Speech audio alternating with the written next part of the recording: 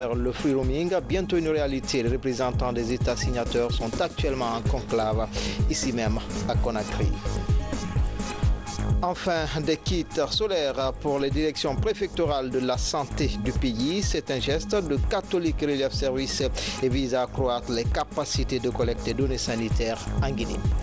Voilà pour le sommaire. Encore une fois, bonsoir à toutes et à tous. Les pèlerins guinéens ont commencé à rallier les lieux saints de l'islam au compte du Hajj 2017. Le premier convoi a quitté Conakry hier soir avec à son bord plus de 200 pèlerins. Présent à l'embarquement, le chef du gouvernement, Mamadi Youla, a exhorté les pèlerins à prier pour la cohésion sociale dans le pays. Notre reporter Aboubakar Diaby était aussi à l'aéroport international de Conakry. Voici son reportage. C'est sous cette pluie battante que le premier convoi des pèlerins guinéens s'est embarqué à bord de cet avion Turkish Airlines pour la Mecque. Ces fidèles musulmans sereins ont reçu la visite de courtoisie du Premier ministre. Le chef du gouvernement a souhaité un bon aller-retour à ces pèlerins tout en se réjouissant de l'organisation de ce Hajj 2017. Au nom du chef de l'État, je voudrais tout d'abord remercier tous ceux qui ont contribué à faire de ce jour une réalité pour permettre à nos concitoyens de s'acquitter de leurs devoirs religieux. Donc tout ce que nous pouvons dire, c'est de souhaiter à tous nos concitoyens un bon pèlerinage. Je vais prier pour que Dieu le Tout-Puissant accorde à nos concitoyens qui se rendent sur les lieux saints un pèlerinage paisible. Et nous lançons bien sûr un appel à tous les organisateurs pour qu'ils s'assurent que le pèlerinage se passe dans les bonnes conditions et que tous nos concitoyens qui se rendent sur les lieux saints prient pour la paix dans notre pays. Peu avant le départ, les responsables de la Ligue islamique nationale ont réitéré leurs prérogatives pour le bon déroulement de ces devoirs religieux. 270 pèlerins, c'est une fierté pour nous, pour boucler les premières étapes là avec tous les succès. On rend hommage à Dieu Tout-Puissant et on le prie de nous assister pour les dernières étapes. Depuis le début des inscriptions dans la commune jusqu'à l'aéroport de Bessia pour le moment, il n'y a pas de problème et tout s'est bien passé. Le deuxième et troisième convoi des pèlerins guinéens partiront ce jeudi de l'aéroport international de Bessia. Une nouvelle audition dans l'affaire du 28 septembre 2009. Thibou Camara, ministre d'État, conseiller personnel du chef de l'État, a été entendu à titre de témoin ce jeudi par le pôle des juges. Thibou Camara était conseiller en communication du capitaine Moussa Dadis Camara à l'époque des faits. On l'écoute au micro de notre reporter Tierno Younoussaba.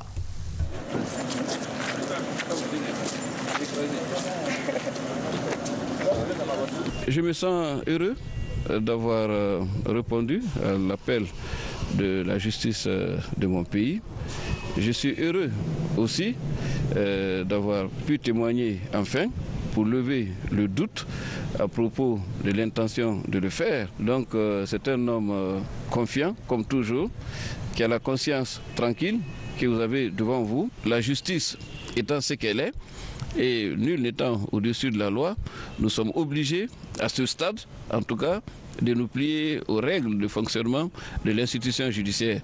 Ce qui, bien sûr, n'empêche pas, lorsque ce sera nécessaire, à la faveur notamment d'un procès qui sera ouvert, qui est un témoignage public qui pourra satisfaire votre curiosité de savoir ce qui s'est passé aujourd'hui, et surtout pourra édifier notre opinion publique. Parce que j'ai la conviction que l'histoire du pays, d'une manière plus générale, mérite d'être connue, mérite d'être révélé par les acteurs, de manière à ce que, par la pédagogie et par l'exemple, on puisse éduquer ceux qui sont en charge de diriger le pays aujourd'hui ou demain, ou ceux qui prétendent pouvoir le faire, de manière à ce que il n'y ait plus de doute ou de suspicion à propos du rôle des uns ou des autres.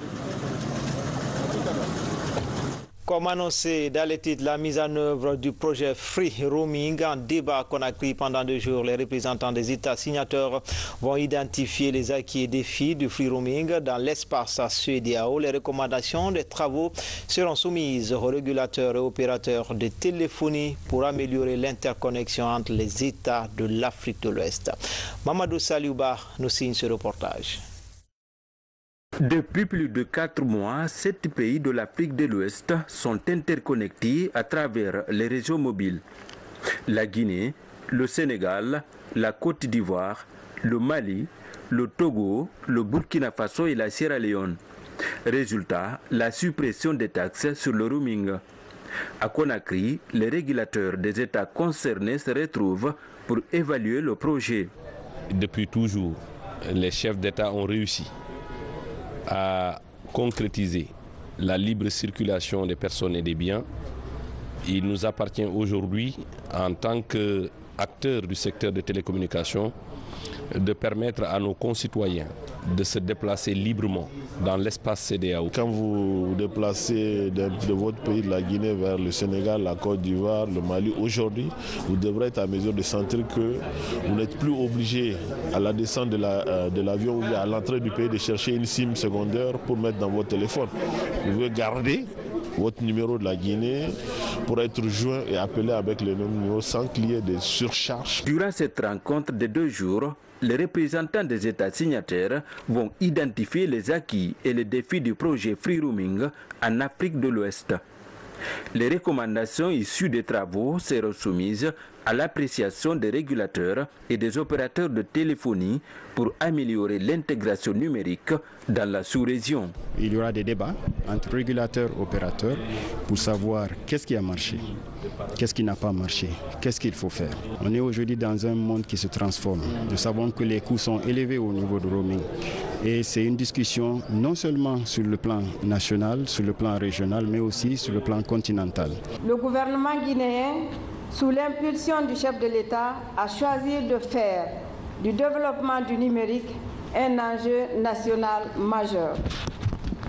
Plusieurs grands chantiers s'inscrivent dans le cadre de ce vaste défi qui comprend, entre autres, le renforcement du cadre juridique et réglementaire du secteur des télécommunications, le développement du haut débit à travers les constructions de plus de 4000 km de réseau national de communication à fibre optique, l'informatisation de l'administration, l'implantation de vitrines numériques dans les collèges, lycées, écoles professionnelles et universités publiques. La mise en œuvre du Free Roaming est la suite de la décision des chefs d'État du continent lors du sommet d'Addis Abeba en 2016. Elle vise l'intégration des peuples à travers la téléphonie mobile. Tout près à Abidjan, parallèlement aux festivités de l'entrante de l'Académie régionale, les acteurs du secteur ont proposé des pistes de solutions pour permettre à l'économie maritime africaine d'amorcer un nouvel élan des efforts d'intégration qui peuvent aider les pays côtiers à lutter contre la piraterie et la pêche illicite. Fodé Camara, de retour d'Abidjan. De la Mauritanie à la baie de Luanda, en Angola, le golfe de Guinée est un corridor maritime qui est souvent le théâtre d'attaques à main armée. À ces prédateurs qui écument la mer viennent s'ajouter des défis liés à la lutte contre la pêche illicite, l'immigration clandestine et la protection de l'environnement marin. Et c'est de ça que le secrétaire permanent parlait, c'est ce qu'on appelle aujourd'hui l'action de l'État en mer. Donc coordonner au niveau national, partager les informations et s'équiper également, former. Et puis, puisque la mer n'a pas de frontières physiques, il faut une coordination au niveau régional et puis après, une coordination au niveau interrégional. À Abidjan, pour faire face à tous ces enjeux maritimes, ce panel de très haut niveau a permis de ressortir la pertinence de la surveillance participative.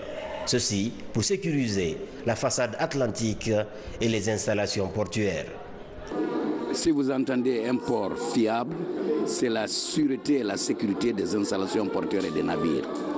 Donc s'il n'y a pas de sûreté et de sécurité dans un port, le port n'est pas fiable. Conformément aux recommandations du code ISPS, la Guinée s'attelle à améliorer la sécurité au port de Conakry. L'autre problématique sur la sellette au cours de ce forum pluriel est liée à la congestion des ports, due à l'urbanisation à grande échelle, mais aussi au manque d'infrastructures pour diminuer le coût d'escale des marchandises.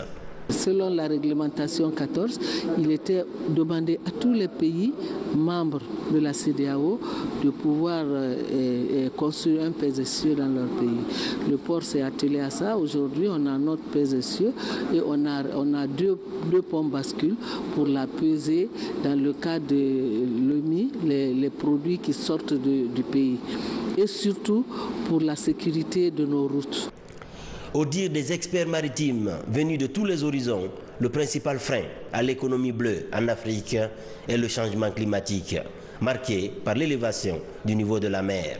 Un phénomène mondial dont les effets ont un impact négatif sur la sécurité alimentaire. Après 48 millions de dollars d'investissement, les experts du Fonds international pour le développement agricole définissent les nouveaux contours du programme d'appui aux acteurs des filières agricoles. Ils comptent capitaliser les acquis et dresser des perspectives pour améliorer la productivité et lutter contre la pauvreté en milieu rural. Algassi Mouba nous signe ce reportage. En Guinée, à chaque région naturelle correspond un type d'écologie favorable à une multitude de cultures. Et pour favoriser cet immense potentiel, le programme national d'appui aux acteurs des filières agricoles a injecté en 6 ans d'exécution près de 48 millions de dollars dans l'aménagement des bas-fonds et la structuration des producteurs au Fouta, en Haute et en Guinée forestière. Personnellement, moi j'ai profité de ce programme à travers des formations que j'ai reçues par le PNAFA, les appuis en intrants et la mise en relation avec des institutions de microfinance que nous continuons à bénéficier. Il y a eu une mise en relation, même après le projet, qui va nous permettre d'exister. Parce que déjà, les institutions de microfinance étaient beaucoup méfiantes face aux producteurs. Mais avec le PNAFA, il y a eu vraiment beaucoup de négociations qui leur permettent de nous donner des taux, des crédits à des taux très faibles. On évite de faire l'autosatisfaction, mais quand même, on est fiers de ce qui est réalisé. C'est vrai qu'il y a eu beaucoup de contraintes. Dans si peu de temps, on a corrigé beaucoup de contraintes. Aujourd'hui, vous avez écouté les producteurs. Il y en a qui ont triplé, il y en a qui ont doublé les revenus. À partir de l'appui du PNAFA, ça c'est très important. Après avoir sillonné les grandes zones de production des 3 régions, les consultants nationaux et internationaux apportent leur expérience pour corriger les insuffisances. Là où il faut toujours faire un effort de plus, c'est d'essayer maintenant de mieux comprendre le marché, de mieux comprendre comment le marché fonctionne, où est-ce qu'on peut vendre son produit, mieux comprendre comment on peut négocier avec les autres acteurs. Ça, c'est des aspects que les projets peuvent faire, mais c'est toujours bien pour un producteur d'aussi connaître où son produit va. En 6 ans, le programme national d'appui aux acteurs des filières agricoles a touché plus de 22 000 producteurs et a contribué à initier à la vie associative près de 1000 producteurs. La Guinée n'est pas en marge des effets du changement climatique. Les autorités en charge de l'environnement et ses partenaires tentent de contrer ce phénomène. Une rencontre s'est tenue à cet effet pour élaborer un document. Il doit faire la promotion des techniques résilientes de gestion durable du bassin Concouré. Valérie Talimanet.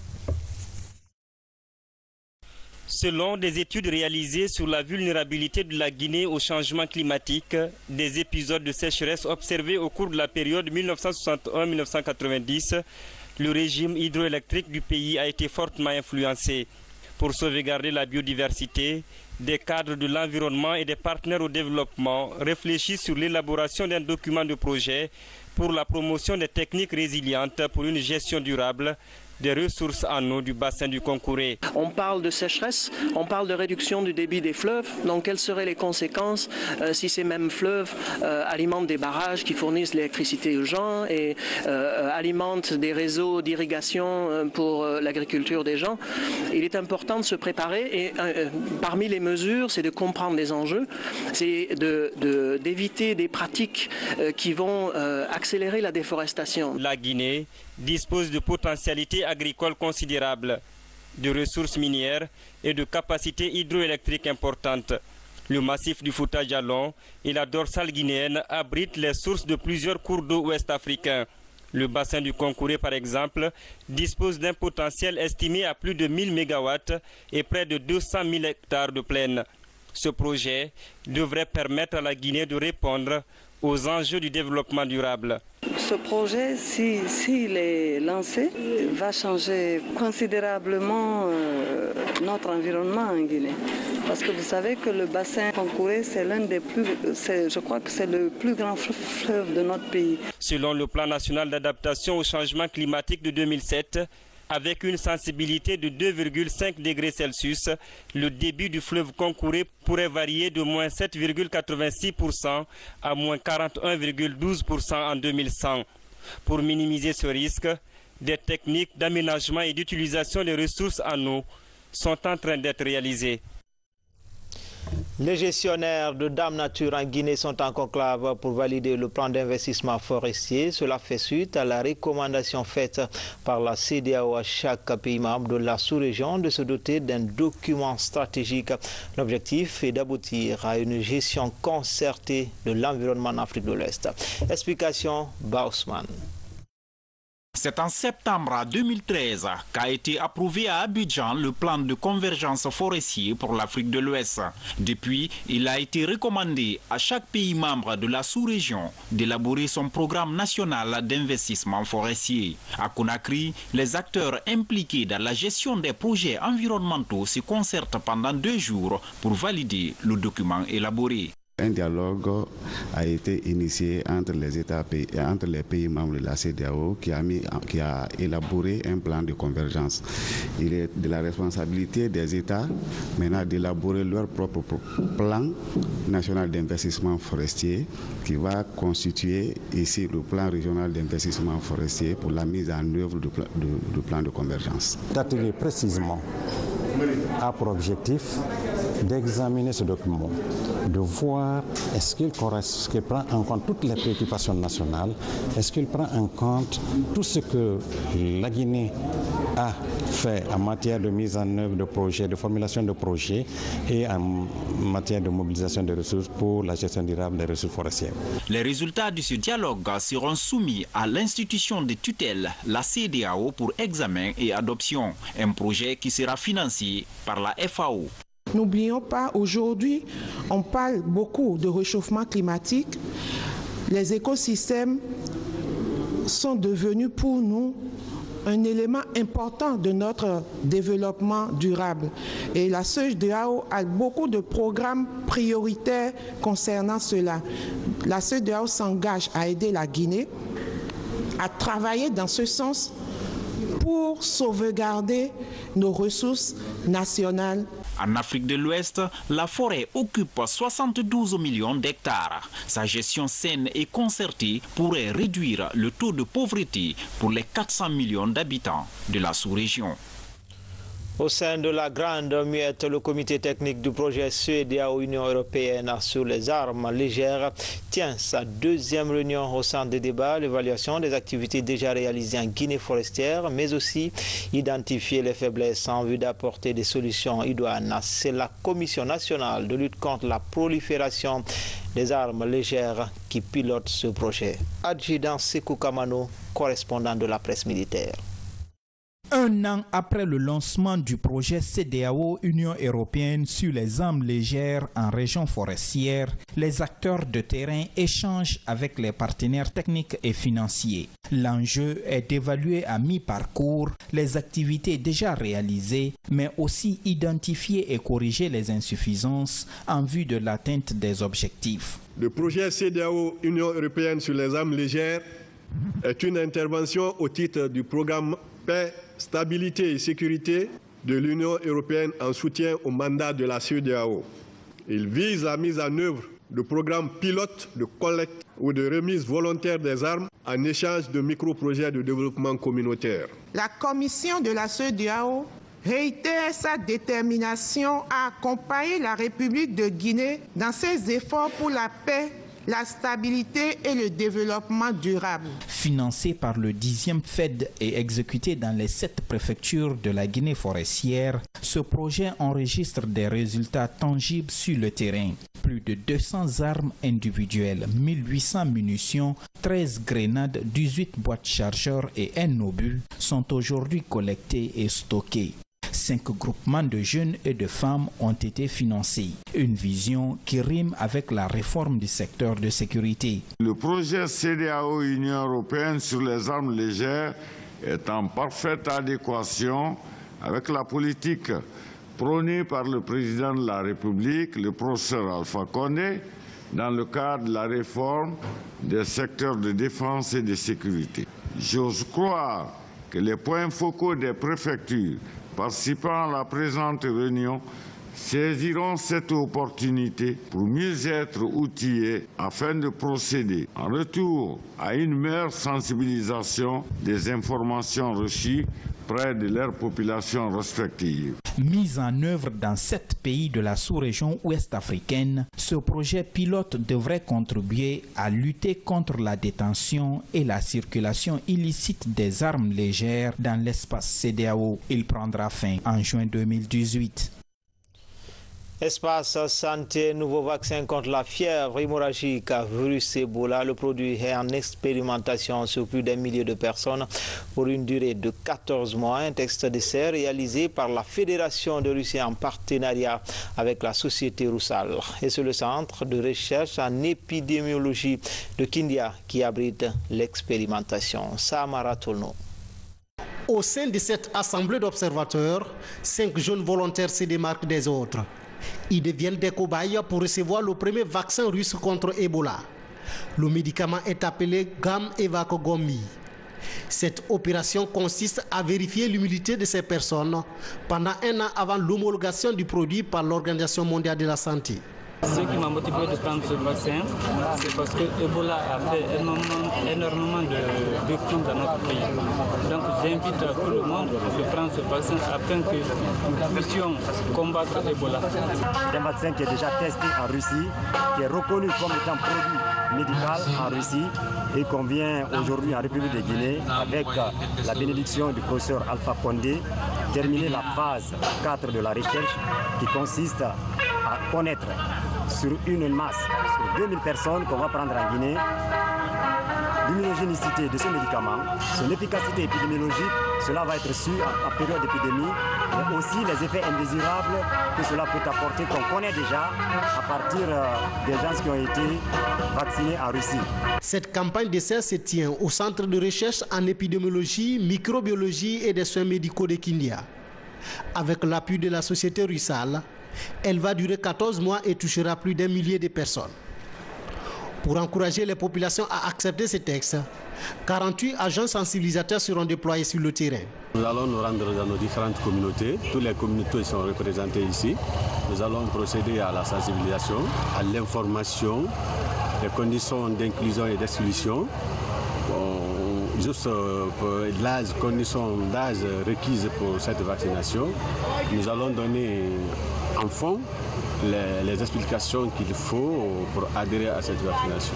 La Guinée, suite à la survenue de l'épidémie la plus grave dans son histoire, qui a fait plus de 2500 victimes, elle s'est engagée avec tous les pays amis, dont la Fédération de Russie, à trouver des remèdes efficaces pour que nous puissions prévenir un tel événement tragique. Gam-Evac-Combi est un vaccin produit par la Fédération de Russie.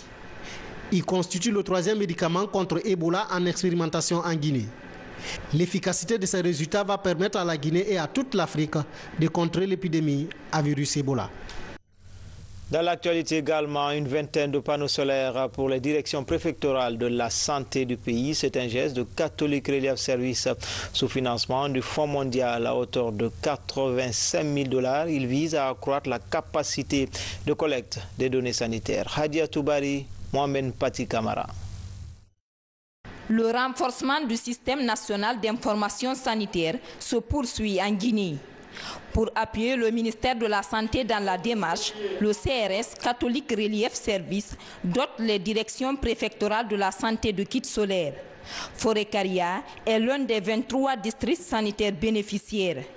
L'installation des panneaux solaires dans les locaux de la direction préfectorale de santé va améliorer les activités de collecte, d'analyse et de transfert des données sanitaires via la plateforme DHIS2. Comme au niveau des districts sanitaires, nous savons qu'il y a un défi. L'électricité n'est pas continuellement disponible. Nous avons pensé, avec l'appui de nos partenaires techniques et financiers, à installer ces kits solaires pour nous assurer que le logiciel qui est installé est utilisé de façon régulière et continue. Pour nous, il est fondamental que les données soient continuellement disponibles. La préfecture de Forêt-Caria compte 63 établissements de soins publics et une dizaine de structures sanitaires privées. Le rapportage des données sanitaires issues de ces centres hospitaliers à travers le logiciel de collecte DHIS2 se fait régulièrement. Les résultats sont présentés aux autorités sanitaires et partenaires techniques à l'occasion de cette cérémonie de remise des kits solaires.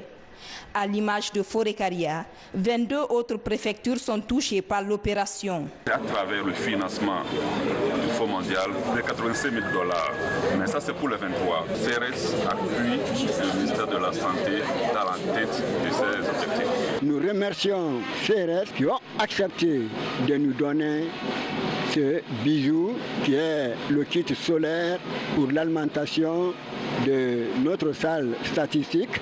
Partenaire de premier plan, Catholic Relief Service compte accroître sa politique de fourniture d'énergie solaire aux services sanitaires. L'institution annonce la mise à disposition de 30 nouveaux kits solaires.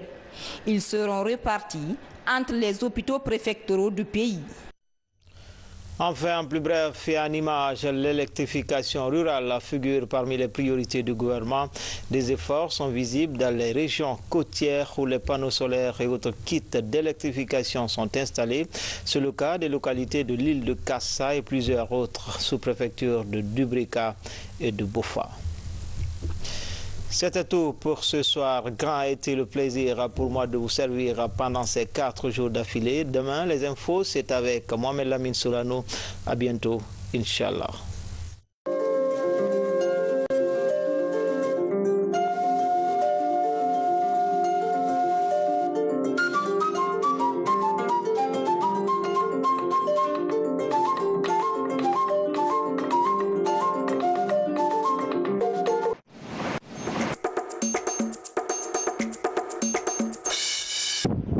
Vendredi après-midi, une délégation du RPG Arc-en-Ciel met le cap sur l'arrière-pays. Et comme l'indique le nom de cette formation politique, la délégation est frappée par le cosmopolitisme des localités visitées. Des cultures différentes, mais le même sens de l'hospitalité. Les émissaires de paix du président Alpha Condé se sont entretenus partout avec les jeunes et les femmes. Première étape, la capitale des agrumes. De Conakry, toute la délégation a visité les jeunes de Kindia. Et de Kindia, on a eu une rencontre avec les autorités, les femmes et les jeunes pour prendre éventuellement les différentes difficultés.